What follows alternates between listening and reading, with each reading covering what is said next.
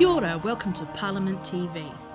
Over the next hour we present items from the TVNZ collection, from archives held by Ngā Taonga Sound and Vision, to remember the politics from our past. Over the summer of 1953-54, the newly crowned Queen Elizabeth II visited New Zealand. She spent a month here as part of a 6-month tour of Commonwealth countries. She visited 46 towns and cities and was seen by up to 3/4 of New Zealanders. This item follows the royal party on the northern leg of the tour.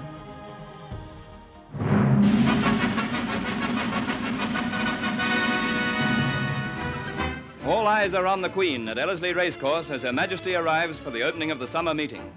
Escorted by the Auckland Racing Club's president, Dr. McGregor Grant, and his wife, the royal couple take their seats.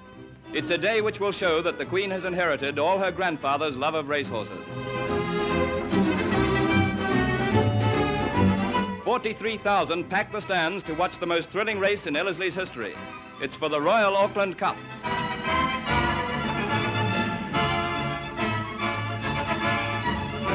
Coal Town flashes past barely a nose in front of Rangitau, a royal finish that couldn't have been better had it been stage managed. Coal Town's last-minute breakthrough greatly impresses the Queen.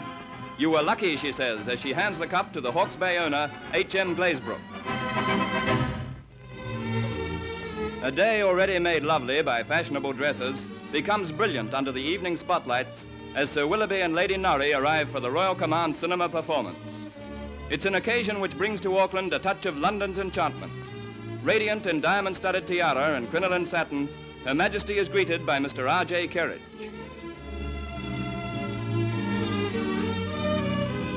A 10-year-old girl's great moment. Mary Kayes presents the bouquet. That a British film has been chosen for its world premiere in Auckland is news that delights the Duke. This way lies cooperation and progress. On the tarmac at Whenuapai, the Queen presents her colour to the Royal New Zealand Air Force. It's a colour she will see again when she reaches the bluff, where it will be paraded by a guard of honour. I give you my colour in the knowledge that you will guard it well, in the belief that it will always remind you of the trust I place in my Royal New Zealand Air Force. During your future service, you will, I know, be always worthy of that trust and will always strive to maintain the high and honourable standards of which this colour is a symbol. So the Queen's colour passes into safekeeping.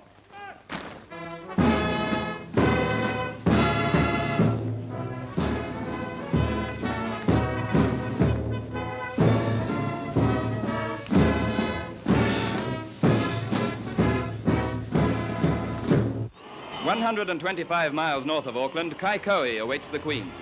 It is the first stop in her tour of the rich dairy lands of Northland.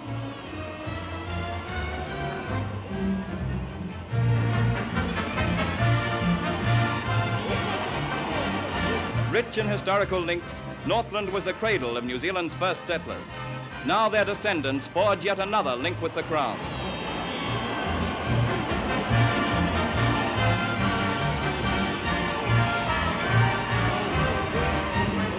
Before proceeding to her next stop, Waitangi, the Queen is to lunch in Kaikohe's hotel. Mr. H.F. Guy, the mayor, escorts her. A glimpse of democracy as the Commonwealth knows it.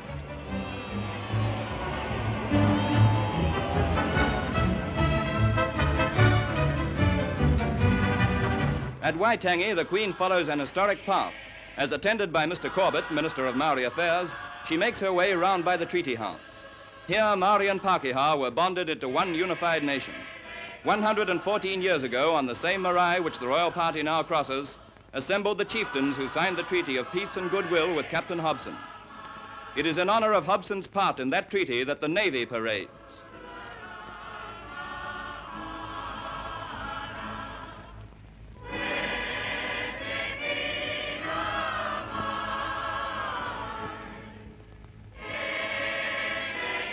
And now the Queen's first experience of a traditional Maori reception. The sentinel is armed with a taiaha or quarterstaff. The ceremonial challenge with a carved hardwood dart is known as a wero. The dart must be picked up as a sign of friendship before the royal party can advance. It is a ceremony repeated with specially carved darts for the Duke and the Prime Minister. Ancient tradition must be honored in full before the royal party become the guests of the host tribe of Napui.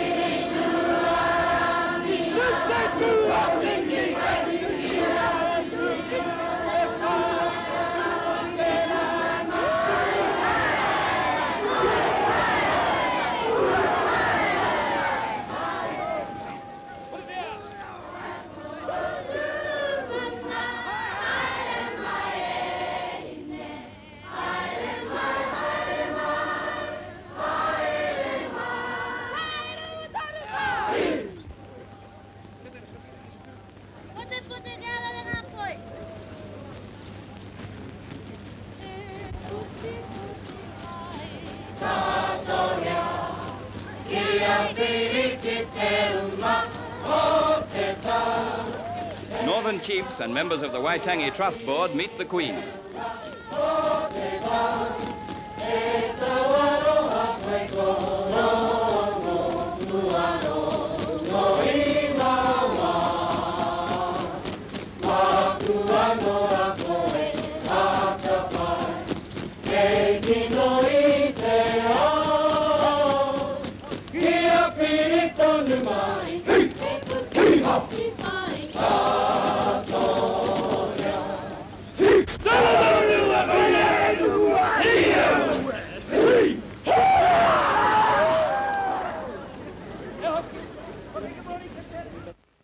Each town in Northland will have memories for the Queen, and Whangarei will be remembered for her stay there overnight.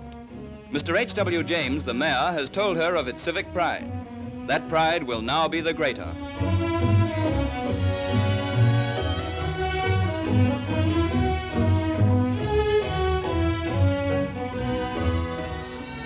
From the hills, Kaipara Flats, Rodney County, and all around, they come in their thousands to Warkworth. It's just 100 years ago that the first families arrived, and it's in families that they greet their Queen.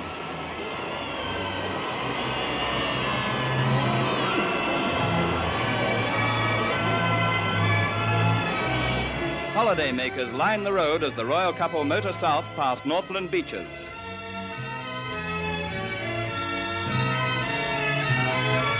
Next day, 30 miles south of Auckland, Pukekohe cheers as the royal couple arrive in King Street. Mr. S.C. Childs wears Pukekohe's first mayoral chain in honor of the occasion, and the Queen is visibly moved when 7-year-old Penelope Massey, great-granddaughter of the former Prime Minister, presents her with a bouquet. A warm human touch as Penelope pauses to peep at the Duke.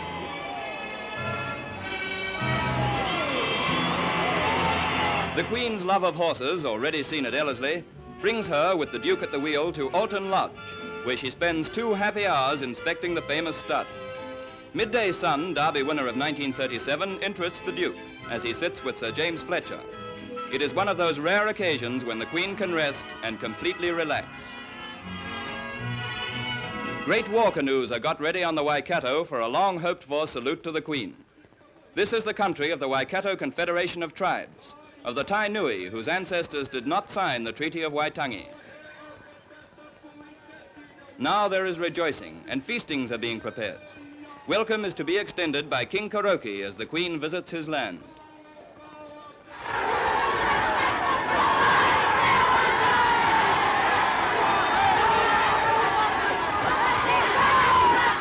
Once more, the traditional ceremony as the sentinel runs forward to challenge. On this occasion, the dart will be retrieved and handed to the Queen by Honi Heke Rankin, who has escorted the royal couple to the marae of the Tainui tribe.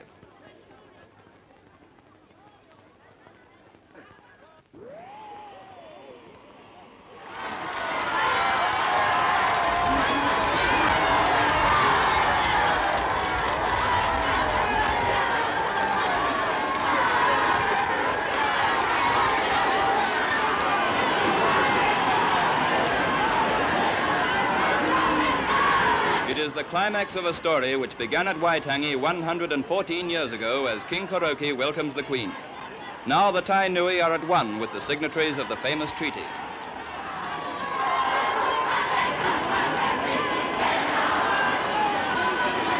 The Queen's unexpected request to enter their meeting house electrifies the tribe. Escorted by Princess Piki and chieftains, the royal party make the historic walk.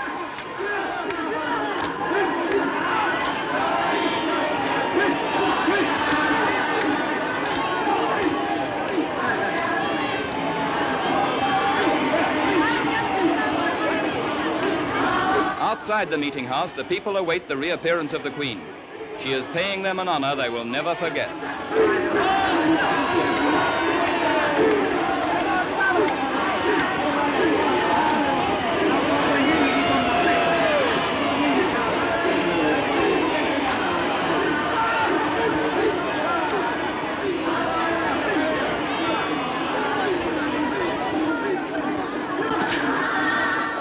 On the Waikato, war canoes are ready for the world's rarest salute, the salute of the uplifted paddle, the Maori Royal Salute.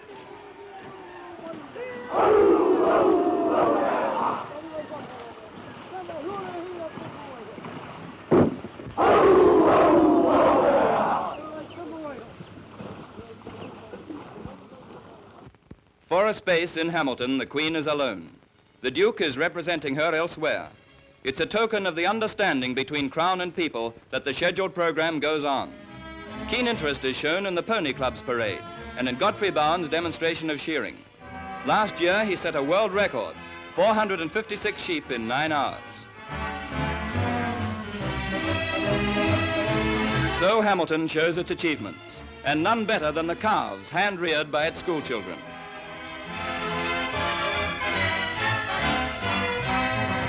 Flowers decorate the streets of Te Kuiti, where Europeans walked at their peril 80 years ago. The Duke is still with the victims of the Tangiwai disaster. The Queen is escorted by Mr. K.W. Lowe, the mayor.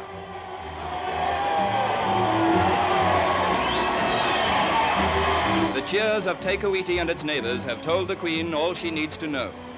By the time she reaches Waitomo, her next stop, the Duke will be with her again.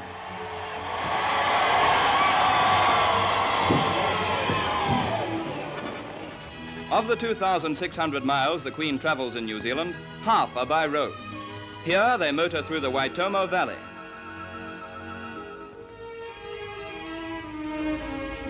Here in Waitomo, the Queen and the Duke will spend the rest of their 9th day in New Zealand, in the heart of the King Country, within walking distance of its famous limestone caves.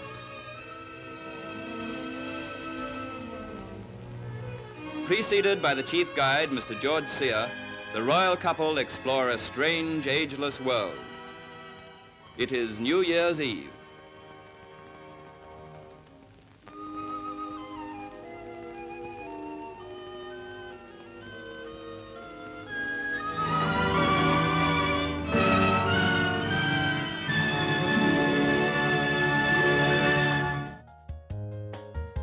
The visit by Queen Elizabeth was a first in New Zealand by a reigning monarch.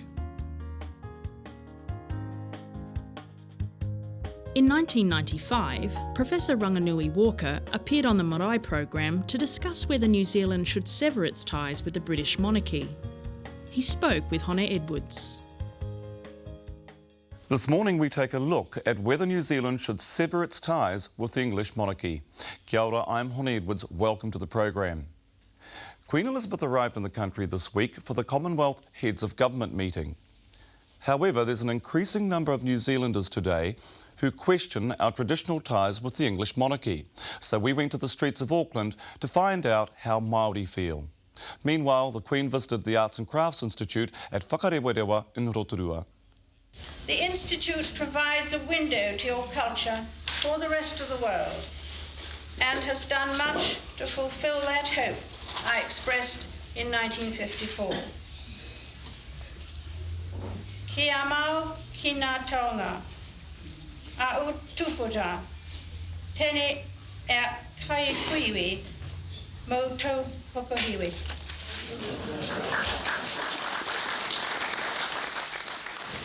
Where is she? What does she do for us? I feel the Queen, being the head of the monarchy, would be able to help us in some way to sort out the Treaty of Waitangi and help the Maori people out to win their land back. She's not honouring our treaty and her agreement, and I think they should just boot her out. What does she do for us? Nothing. She does nothing for us. Pākeha's here probably are, but nothing for the Māoris. So what's the point? Bottom line, what is she doing for us as Māori people, as well as for us as unity within our own area? What does she do for me? She doesn't keep me out of jail. Give our land back, for one. Yeah, that's my main, it's our land and our jobs. That's the only link we have to identify ourselves with the Treaty of Waitangi that was signed by our ancestors. Although in modern times they've decided to change the actual meaning of the treaty. And to me, if we were to become a republic or whatever, I think we'll lose our identity altogether. So if our link to the Queen goes, what then? Earlier last year, the Prime Minister canvassed the idea that New Zealand become a republic. The question for Māori is, how will this affect the status of the treaty? After all, it was signed by Hobson on behalf of Queen Victoria and her successors and our tūpuna. Dr. Ranginui Walker, Head of Māori Studies at University of Auckland, joins me this morning. Rangi tēnā koe. Kia ora, thank you for coming. Kia ora. Can we afford to sever our ties with the English monarchy? I don't see any reason why not.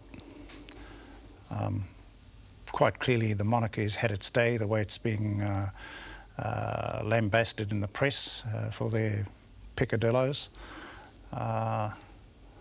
Although I belong to the generation that was indoctrinated into the British Empire, that's all gone. The sun has certainly set on the empire where the sun never set. And part of the indoctrination, we used to go to the movies, and the first thing they did was stand up and honour the Queen as they came on screen. All that is gone, and quite clearly looking at those short takes with young people in the streets, they don't have that feeling towards the monarchy. And nowadays, of course, we're getting our Prime Minister talking about becoming a republic. And yet we're still getting our older generation, I guess, still taking on the imperial honours lists, and we're still taking on knighthoods and dames and... Yeah, I guess that's acceptance of those as a symbol of their arrival and acceptance in the majority culture, that they get rewarded with those honours. But what's happening now is a kind of state of flux. I don't know why the Prime Minister floated the idea of republicanism. There's been no discourse on it, to my knowledge, anywhere. You know, it's not a topic of conversation among ordinary people, among Māori, among Pākehā. The only person who's argued for it in the past is Bruce Jesson, who wrote a column about republicanism. Do you think Māoris would mandate this call? I would think the young generation would, because they don't have the same indoctrination as our generation had. Because basically Māori people of the older generation have a respect for breeding, for rangatiratanga, for chieftainship. And so we have that in common in our Te Ariki Nui, Te Atirangi Kāhu, Sir Hepi Te Heiho, who preserves the mana ariki of Tūwhare Toa. And so we have those two great houses who are, in my view, the equivalent of the House of Windsor. And it is fitting that they meet and honour each other. To what extent do you think that we have to be aware, if there is a written constitution, New Zealand becomes a republic, to what extent do we have to be aware of having the treaty and its status and its spirit taken over to be enshrined in that written constitution? Well, we hear a lot of talk about Māori sovereignty today, tino rangatiratanga, and it's being talked about at various levels. At iwi level, in the whanganuitanga, the occupation of Motoa Gardens earlier this year, the occupation of Tamaki College by Ngāti Whātua the burning of Takahue School. All those are expressions of parochial expressions of rangatiratanga, the sovereign right of tribes to express themselves, to run their own lives. But at the national level, we had earlier this year the Huia Turangi, where the talk again was about tino rangatiratanga. And the Tribal Congress is one body, of course, that's going to look at laying down the parameters of tino rangatiratanga on a pan-tribal basis. Now that's going to be a big task, but nonetheless the task has begun. So you have that discourse going on among Māori, and when we go to discuss becoming a republic, that would be the time for those people to put up their hands and go and sit at the table with the cabinet and say, okay, let's talk about a new constitutional arrangement starting with the Treaty of Waitangi, because the existing government actually emanates from the treaty. If our government is looking for economic and political sovereignty, completely independent from an English monarchy, where do you think that it will leave Māori sovereignty, given that hui down in Turangi? Do you think the government would be ready to come to the table to take on board the status of the treaty in a written constitution? The debate about Māori sovereignty will not go away. The struggle for its recognition has gone on for 155 years. It will not disappear. And events in other parts of the world show that people who have a distinct identity, a millennial self of sense of who they are, although they've been subjugated, integrated into national states, nation states, that sense of identity did not disappear, and it was just waiting to break out. So we see the disintegration of the Russian Empire, we see the disintegration of Yugoslavia, and the various subgroups that made up that nation expressing their identity, albeit in an unpalatable way of bloodletting. And so we have that same dynamic here. Māori will not go away, sovereignty will not go away, and so eventually the government, in my view, will have to sit down and talk with the Māori sovereignty movement. We have countries like Japan, Holland, Sweden, they're all constitutional monarchies. Do you see there being a room for us to have our own constitutional monarchy here in Aotearoa, with the likes of Te Atairangi Kāhu? Well, most nations have a symbolic head, be it a monarch or a president. And sooner or later, if we become a republic, we will have to consider a symbolic head. And what better symbolic head could there be, say, than a person like Dame Te Atirangi Kāhu or Sir Hepi Te Heuheu, people who've distanced themselves from politics and made judgments on the way in which governments behave. And because it's people who disengage like that who can discover the truth about the reality of our nation. We have the advent of MMP coming up next year, Rangi, and there's every chance that there could be a coalition government. In fact, there have been also in history, we've seen hung governments where the responsibility of a Governor-General would actually come into play. Do you think New Zealand's being premature in looking ahead towards a republic in light of MMP coming? I think, well, in view of impending MMP, I think we need a period of consolidation. So republicanism maybe have to be wait further down the agenda while we come to grips with MMP. I would think that would be the appropriate thing to do. Do you see any room for, or any guarantees that the government would take on board in a written constitution the settling of our treaty grievances that we see in front of the government at the moment? That's why it's important, if ever we get to writing a constitution for a republic, that Māori put up their hands and go to the table to lay down their kaupapa, which will be the treaty must sit in the Constitution. It is the original Bill of Rights, because the government of the day derives its legitimacy from that treaty.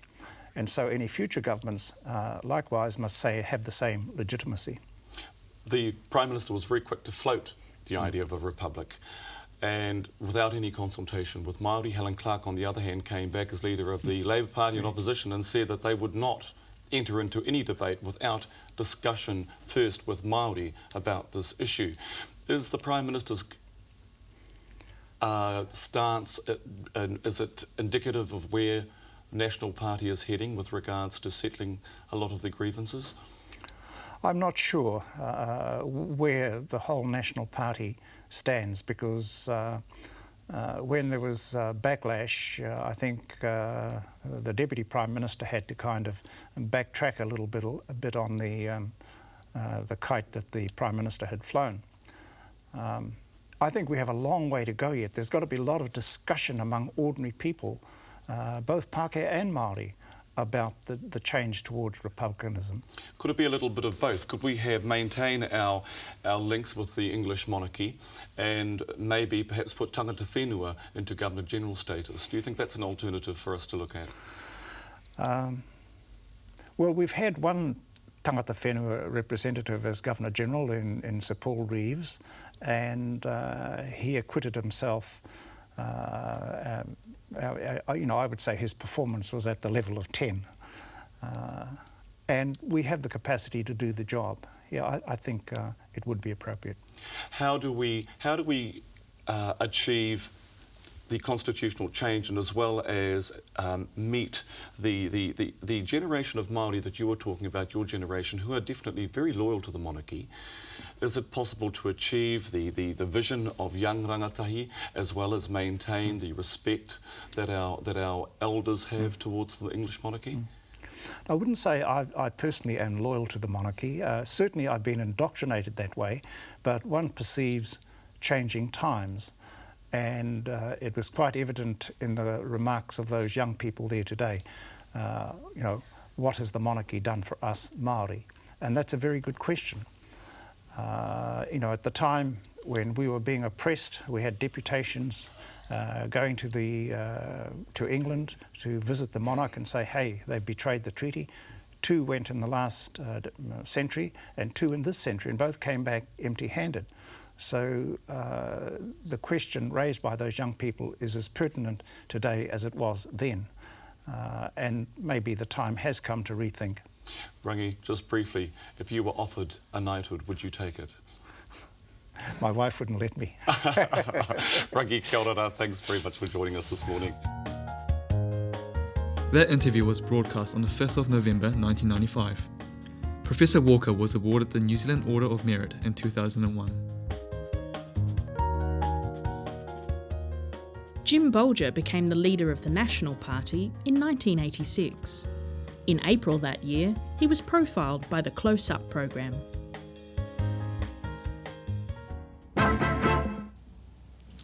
Jim Bolger was born just a year before the party that he now leads. This year it celebrates its 50th birthday. In that half-century, the National Party has been no stranger to political intrigue, and no more so than just last month with the lightning coup that unseated Jim Macleay. The man that replaces the urban Liberal lawyer could hardly be more different. A dyed-in-the-wool farmer, conservative and Catholic. Jim Bolger is a man of the land who's now got the task of proving that he's the right man for the country.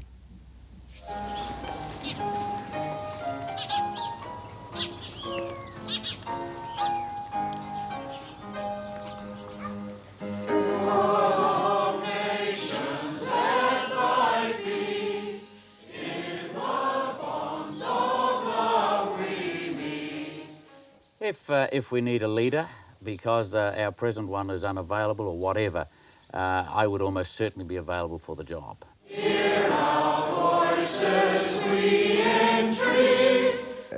My feeling is that an overwhelming majority of the National Party caucus say there has got to be a change. God defend our freedom. The last comment Mr Bolger made was about 6 weeks ago when he was asked about his support for the leadership. He expressed his loyalty for my leadership.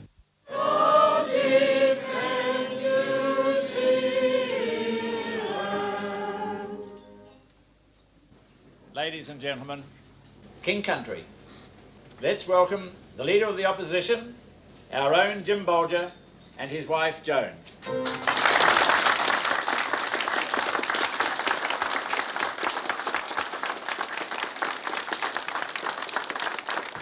On the 26th of March, Ash Wednesday, Jim Bolger, 50-year-old four-term politician, King Country farmer and father of 9, found himself leader of the New Zealand National Party. He was a man whose time had come, at last. He'd missed out on the job during the bloodletting following the snap election debacle and badly bungled an attempted coup last year. But this time the kill was clean, swift and decisive. Moves to replace leaders or deputy leaders only occur when the party is perceived to be in difficulty, and then there is a detailed look at how we are being presented, how people are reacting to those we have up front, and decisions are made accordingly. And I don't think you can have it any other way. I think there is something of all three previous major national leaders, Holland, Holyoake and Muldoon, in Jim Bolger. He has Holland's down-to-earth nature. I think he's got some of Muldoon's directness and force, and most important, I think he's got Holyoake's intuitive feel for politics. Politics is a volatile business. Jim Bolger is the third occupant of this chair in the mere 21 months since the snap election. Morning. We've got truth today. Press Secretary Michelle Bogue used to work for Jim Macleay. It's a different master now, but the same job, to attempt to see someone else sitting in Jim Bolger's new chair, preferably someone like David Longy. And that means a carefully planned campaign of attack. National Banking 2% up by the Eternity Trustee Savings Bank. Well, there you go. Welcome, Mr. Talbot. How are you? It was in Brian Tallboy's day that Jim Bolger got his first taste of leadership manoeuvres. That this coup was more successful than that is due in part to other old hands like George Gare, who made deputy's job out of it, and ironically perhaps to Sir Robert himself. What's going on today? Who's leader today? That it's no longer Jim Macleay has much to do with the groundwork laid by Sir Robert. Into the breach. Jim Bolger may have reaped the benefits, but still has a bit to learn about headline grabbing from the old master. Give him a year or two. I've been practicing for 25 years. There have been parallels drawn between the styles of Muldoon and Bolger. Both are certainly resolute and outspoken. Perhaps, though, a bit more of a twinkle in the eye of the current leader. And Graham Lee is doing a television interview like the rest of us. It's a point not lost on Dr. Barry Gustafsson. Having just finished writing a history of the party's first 50 years, he's well placed to assess the qualities of its leaders. He's a very calm, very courteous man who doesn't get his blood pressure up. He's got a droll sense of humour, some would say even a cynical sense of humour. He's pragmatic in that he looks at political realities and doesn't worry too much about the philosophy. And perhaps nowhere is that pragmatism more important than in dealings with the press gallery. Mr. Macleay claim his critics had problems here, particularly under the eye of the TV cameras. Two or three things that were covered in caucus today. In front of the lens, Jim Bolger comes across with a more relaxed and natural style. 30s, where one man also tried to intimidate. Perhaps just a tad evasive at times. But then to some, comparisons as to the way he says things are less important as to what he's actually saying compared with his colleagues. On this occasion, what his Foreign Affairs spokesman, Sir Robert Muldoon, was saying on the Libyan issue. I certainly don't draw any distinction from the more succinctly expressed views of Sir Robert.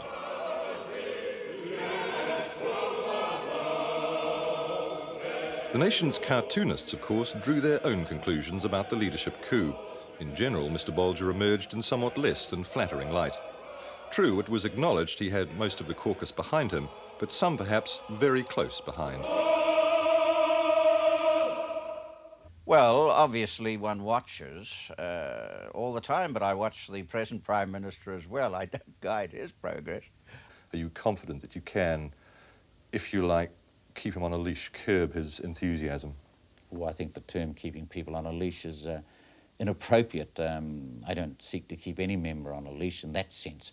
I expect all members to carry out the responsibilities I've allocated to them, and they've accepted, and to do it to the best of their ability. I expect the same of Sir Robert. I don't think the change was made on the basis that he is a better man. I think the caucus decided that there had to be a change, and the obvious successor was Bolger. There was no question of any challenge. You say that Mr. Bolger may not necessarily be the best man for the job. Who, in your opinion, would be? Oh, I didn't say that. No, you asked me a question as to whether he was better than Macleay. At the moment, caucus obviously believes that he's the best man for the job. Do you believe that? At the moment, I think the answer must be yes. At the moment. So yes. if he doesn't perform, if he doesn't live up to expectations, you'd be quite prepared to withdraw your current support from him? Well, that question doesn't arise. The reason I say that is that there was a time several years ago when I thought that Macleay was my natural successor. That's why I'm a little bit cautious in saying what I have just said. Macleay didn't work out in practice. I think that Bolger has a much better chance of doing it. He's looking over your shoulder this afternoon. Do you think he'll be sitting on Mr. Bolger's shoulder quite closely? I think he will be a strength to the National Party team now, rather than he has been for the last 18 months, a liability to Jim Macleay. The man who'll carry the National Party standard into the next election is the first to admit he has a very non-standard background. Son of immigrant Irish stock, father of 9, and staunch Catholic. Jim Bolger's Christian values are important to him, and he sees no conflict between them and the sometimes less than charitable world of politics. In that world, though, he's paid his dues, best remembered for his time as Minister of Labour and strong advocacy of voluntary unionism. But most important to Jim Bolger is that he remains Jim Bolger, his own man, yet man of the people.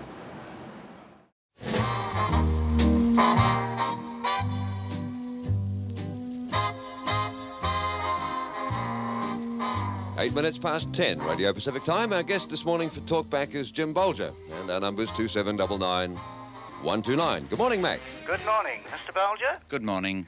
I'm pleased to speak to you. I'm a Universal Superannuitant, a returned serviceman, and a qualified secretary. I am very concerned about ANZUS, and particularly the latest statement coming from the American Embassy in Wellington. Well, I think we are now in a foreign affairs or foreign relations position that no one would have believed possible 20 months ago. Absolutely. Let's tip our foreign minister out. Well, it'd be a big splash when he landed. I mean, you'd have to say that. Absolutely. Thank you very much, Mr. Thank Bolger. you. Yes. Can I talk to you?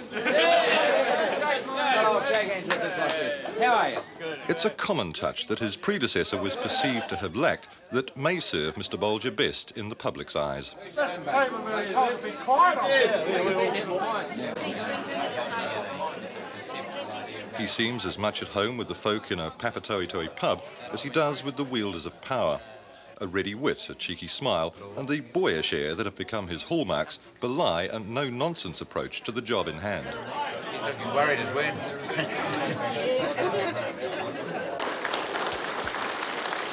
And that job in hand? To weld together a party rent by recent personality problems and to start right now the winning of an election. David Longy in pain. Thank you. It'll be in the cities, like here in Auckland, that the real battle will be fought. The reception he got here on a chilly Friday night must have given him heart. You must join me and my team. You must join the National Party effort to throw this government out of office, to give us back a New Zealand that can see a future, where there is hope for the young people, where there is opportunity for the business community, where there is safety out there in the streets and in the suburbs. New Zealanders can be proud to say they are New Zealanders. Thank you very much.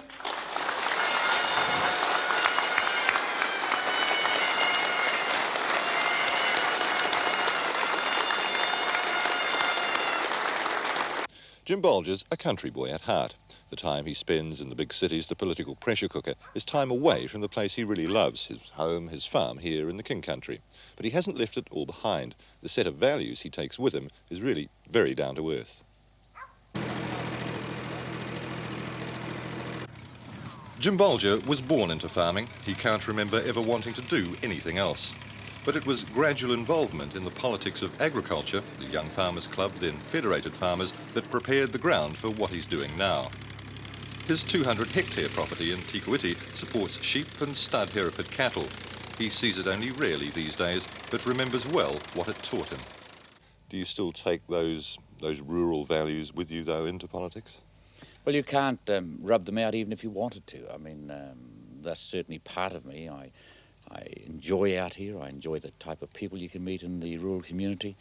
But they of course, have now been blended in with other values, because you can't be 14 years at the top of politics or in politics without, accumulating a whole lot of other values. And you can't have had the international experience that I've had without being a different person to some extent to the one that left here 14 years ago. Said that his input into the thing has... But there are some city boys that are charting the progress of the erstwhile cocky with keen interest, like party official and long-time Muldoon critic Julian Watts. I know myself in Wellington City that amongst senior people in the party there is unease, and they'll be watching the way Jim Bolger handles the situation, particularly over the next few weeks leading up to the National Party's conference, to see whether in fact he'll be walking in the shadow of people like Sir Keith Holyoake and Sir Sidney Holland, or in the shadow of Sir Robert Muldoon, whose of course shadow looms very large over his shoulder at the moment. There are times when Jim Bolger wonders why he ever left the farm to mix it in the political paddock. His recent outbursts on behalf of troubled farmers show that his heart remains right here. His head, he says, though, is in the city. He dismisses the argument that the two don't mix that he sometimes hears from those worried about the urban-rural balance within the party. I think it's almost irrelevant. I think there's a lot of news made of this, but I don't think it's very important. And, if we were just to look at my predecessor, who came from the cities, and Jim wasn't having that much joy in attracting the city vote. I think it's the person they're more interested in rather than the person's background, and I certainly hope that's the position anyhow. Yeah, as you say, you're not exactly the old hayseed with the straw hanging out of the mouth anymore, are you? No, I don't normally chew straw. Fiona, quickly please. She's my runner. Nobody likes beans, but they're going to be a couple anyway. Jim Bolger's rise to the head of the National Party caucus has meant some sacrifice. He's got his own mini-caucus at home, of whom he sees too little. They voted, though, some years ago, with but one dissenting vote, to leave the farm and move to Wellington. At least this way, Sunday dinner together can be almost guaranteed. Even if with up to 11 people round the table, you've got to fight for a place in the conversation. Do you have any toast? Any toast? It will be his children's generation that judge what influence Jim Bolger has had on the second 50 years of the National Party.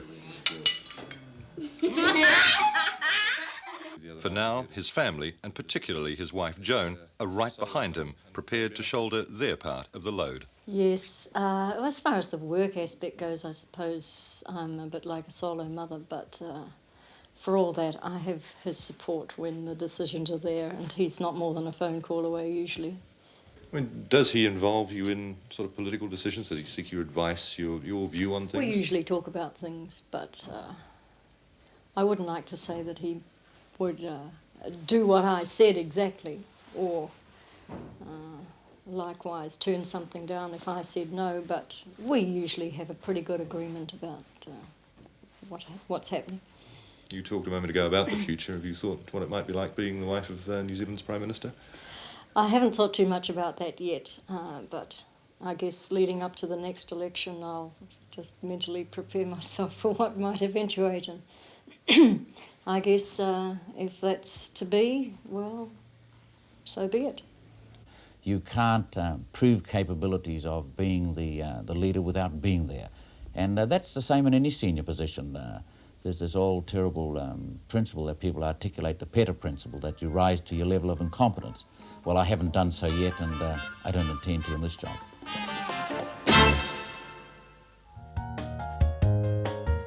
That item was broadcast on the 24th of April 1986. Jim Bolger became Prime Minister in 1990. Even before Jim Bolger took office, there were significant divisions in his caucus, especially over economic policy. The Frontline programme broadcast this item in April 1989. What those taxes are, what they earn for the government, and you take them out. Now, you're Such saying... as which ones? Oh, for God's sake, you know, please, I have told you. Jim Bolger wasn't the only one who seemed to lose his cool last week. Winston Peters and Ruth Richardson publicly argued over who was speaking for the party on economic policy, a disagreement they'd had before. On Thursday, caucus told them it had to stop. Ms Richardson, would you agree that this whole episode has got a bit out of hand and has been damaging to the National Party? Well, I can say two things. That the air is clearer and that I look forward to a strong and effective working relationship with Winston Peters. Are you prepared to stop talking publicly about economic policy? Well, it's impossible for a Member of Parliament not to talk about the bread and butter of politics, which is economic policy. And after all, we are going to go beyond 200,000 unemployed. And I'm gravely concerned about that happening. And for that reason, one is bound to point out better ways of handling the economy. Would you be prepared to consult with Ms Richardson before you make comments about economic policy, given that it's her portfolio, Shadow One? Well, really it's a portfolio that spreads right across all members of Parliament. Have Ruth and Winston really made up, or were they simply disguising their differences? And is it any clearer what National's policies are on the economy? To answer these and other questions, I'm now joined by the Leader of the Opposition, Jim Bolger. Mr Bolger, good evening. Good evening. Isn't it a reflection on your leadership that this episode occurred at all? Well, no one wanted it to occur, and certainly the squabbling was harmful to the National Party. I made that very clear very early on. But there are frustrations in being in opposition which occasionally spill over in the form and the fashion that occurred over the last few days. And Labour Party has certainly been the beneficiary of that squabbling. They're over, we're going ahead. And of course the squabbling doesn't only happen in the National Party. The Labour Party have been squabbling even in victory, even in government they have been squabbling. They've sacked ministers, they've barred members from caucus because they won't do what they're supposed to do. But the whole thrust of the National Party, and you raise questions about, look, what about where's the National Party going? The thrust of the National Party is to rebuild this economy of ours. Individual responsibility is important. Savings, investment, economic growth, and then you get jobs. But all you that see, is deflected, jobs, is it not, by the sorts of arguments that you've had in the last week? Yes, it is deflected, and that's why I want to get back onto the real issues that concern people. Well, it's happened before, this sort of argument between Ruth Richardson and Winston Peters. What's to stop it happening again? I believe that they have learnt from the experiences of the last few days. As I said very clearly to them both and publicly, that if a person is going to be a senior cabinet minister, they have to display the maturity and the personal discipline that's required to do that job. And they being haven't? in cabinet is a difficult job. It requires far more discipline than being in the opposition.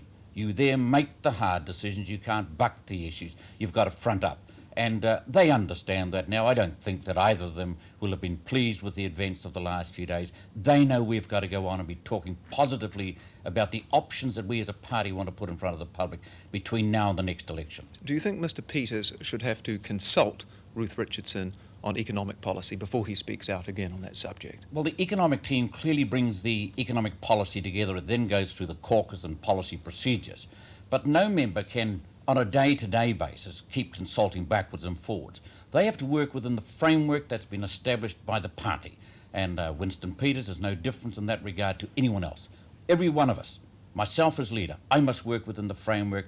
So must Ruth Richardson, so must Winston Peters. But if one frontbencher says something that's entirely contrary to another frontbencher on a pretty vital matter of policy, then where's the guidance coming from? Well, that's why we had the disagreement, and that's why it was damaging to the party. But both parties have said subsequent to it that they are going to move away from that. They are going to work together. We've had that publicly expressed by both of them. Are you seriously suggesting, Can Mr. you just let me finish, please, Mr. certainly, Billington? yeah. They have both said that publicly on television. I have no reason to disbelieve them. Since then, Winston Peters has made another public statement on the matter. I see that as closing the episode. I want now the caucus energies, and there is a lot of energies in those two and other senior members of the team. I want their energies directed to what is failing in New Zealand, why we do have that record unemployment forecast that Winston Peters talked about in your intro, the concerns that Ruth Richardson has expressed, that the government's approach to curbing its own spending is quite illogical. It's quite certain to fail because they just say, look, please cut spending without identifying how or where or what But for form. National to speak in a unified voice on that matter, wouldn't it require Winston Peters to make a complete change in his views on economic policy, given that those views have been entirely contrary to party policy in the last week? I don't believe that Winston's views are entirely contrary to party policy. He was outside of party policy in advocating a loosening of the monetary base. I said so. He understands that. He believes, in fact, that he was consistent with a broader sweep of party concerns. And the particular concern he was addressing, as he explained it to me, was the very high interest rate structure the government and the Reserve Bank's monetary policy has generated over many, many months. So we had fantastically high interest rates in New Zealand. That's what's prevented investment occurring. That's why we don't have jobs. That's why the government expenditure is so high. It's at a record high because we're spending hundreds of millions of dollars more now on the unemployment benefit, on the domestic purposes benefit, which if we didn't have to spend, we could use to assist ensuring that we have a decent health service instead of having the health service falling around our ears and we're unable to look after the sick in New Zealand today. Isn't that the big disgrace? Not the squabble inside the National Party. Those are certainly the issues we must go on that's to. Right, the disgrace of having a health system which can no longer cope with New Zealanders, and they've believed in that system for 50 years, and now it's failing. But you have to, before you can go on to those issues credibly, convince people that National is now speaking with one voice. Now, what are you going to do to stop last week's episode occurring again? Well, you asked what will you do? You asked that as you might ask a school teacher, how do you slap a 5-year-old to stop them doing something wrong or misbehaving in class? We're not talking about 5-year-olds. We're talking about senior New Zealanders who want to have the responsibility of taking a senior role in running the government. They have to discipline themselves. You won't discipline them, or will If they you? can't discipline themselves, then the leader has to take the ultimate decisions as to whether or not they have the characteristics necessary for a senior position within a cabinet. So that could involve sacking them. That's the message I gave them. They understand it. I don't expect to have a rerun of the problems of the last few days. Isn't the difference perhaps between you and David Longy is that he was in a position to boot his problems downstairs? You aren't?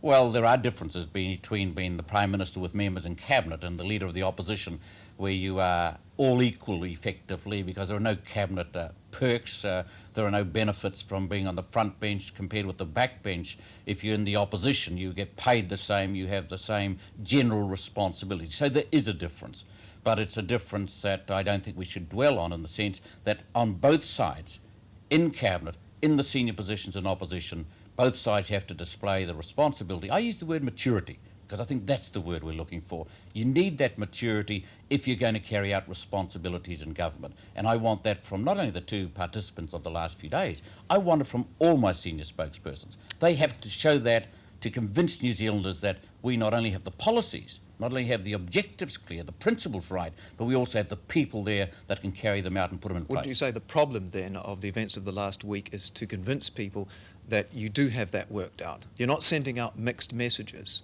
Well, that's the responsibility that rests with us, and I'll make certain as far as I can that we don't send out mixed messages. But I would say that you can look across the aisle and you will see an incredible mixture of messages. What is the gap between the message sent out by Jim Anderton, former president of the Labour Party, and a Roger Douglas, the former finance minister of the government, and compare that with a David Longy or a David Cagle, and you would end up in total confusion as to what the government intends to do. But you've got confusion, have you not, about National, when a report in this morning's Sunday Times says your election pledges amount to something like $9 billion? Well, of course, that's nonsense. I mean, I get very angry when I see that. I was talking a moment ago, we don't have enough money to look after the health needs of New Zealanders, and we have a government that's wasting officials' times in producing political nonsense. Such have you done your costings of these Let me just finish, please, again.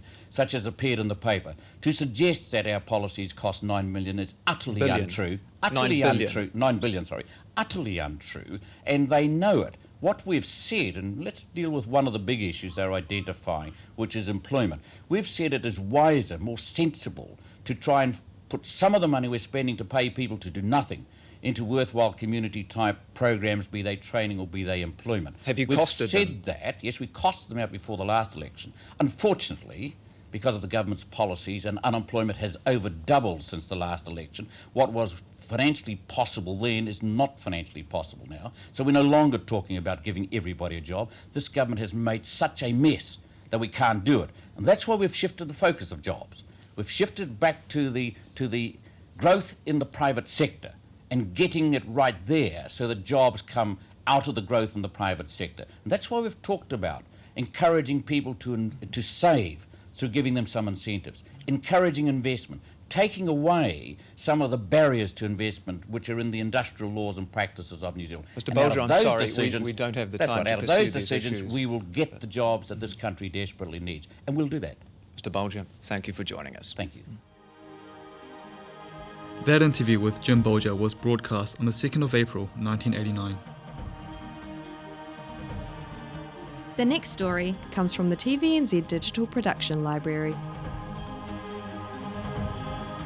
The Green Party of Aotearoa, New Zealand was formed in 1990 and contested that year's general election. A year earlier, Mark Sainsbury filed this report for the Homes programme. For a country whose international identity is firmly rooted to an unspoiled environment, green issues are not unknown here.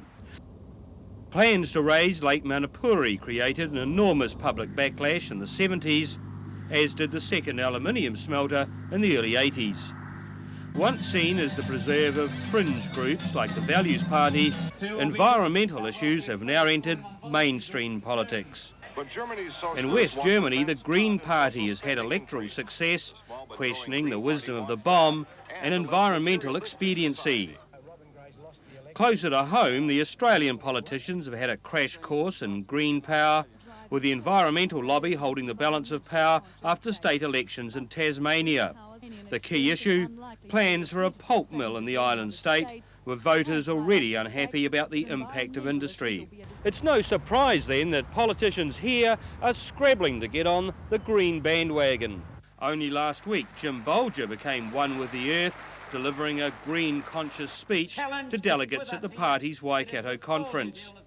And Geoffrey Palmer, like Margaret Thatcher, appreciates the political mileage that comes with addressing the ozone layer issue. Integral to green issues is the nuclear question, which was tapped early by the Labour government and could still pose problems for a prospective national administration. The political equation for a green alternative to succeed on these shores depends firstly on the depth of feeling on environmental issues and secondly on the perceived seriousness with which the traditional parties treat them. While there's no doubt about the growing depth of feeling, political perceptions could be less than reliable, given that they're already into pre-election mode. Mark Sainsbury, smart coat, very expensive. One of the leading lights in this green alternative is Values Party member Heather Wallace, a school teacher. Heather Wallace is with us in Wellington. Is the party, this green alternative, is it a kind of a rebirth of the old Values Party? No, I don't think so, though Values were talking green long ago. I think perhaps people are more accustomed now to hearing green than they are to hearing values, but the message is still the same, I think, fairly similar anyway. But is green alternative going to encompass as wide a range of issues as Values did? The Green Alternative here in Wellington is first of all going to contest the local body election, so we will be looking at the things that are important to Wellington City first. You see, the thing about Values, I suppose, was it was around for a few years and then a terrible obscurity befell it. How will you avoid that, do you think? Well, I guess Green isn't talking about old-style politics. We're not in it for whether or not we're noticed or whether or not the public see us as a political force. We're in it for the actual issues, and those issues are what people are thinking about today. For example, social issues, environmental issues. Yes, but it's all very well disdaining old-style politics, but if you can't get the people on your side, if you can't interest the public so that they think about the issues that concern you, what is the point of doing anything? What is the point of having a green alternative? Well, basically we see that green issues do concern people at the moment and are becoming more and more obvious. Well, think of things like the greenhouse effect, the ozone destruction, issues like these going right back down to things that affect all our lives, like social problems and the things that happen in the city, just even taking down old buildings within Wellington. These are issues that are affecting people. We believe if we say that these are issues that we're going to concern ourselves with, then people will be interested. That interview was abridged. For some contemporary insights into the workings of Parliament, you can view a collection of short videos from the Spotlight on Parliament series. Just head to the New Zealand Parliament website at www.parliament.nz.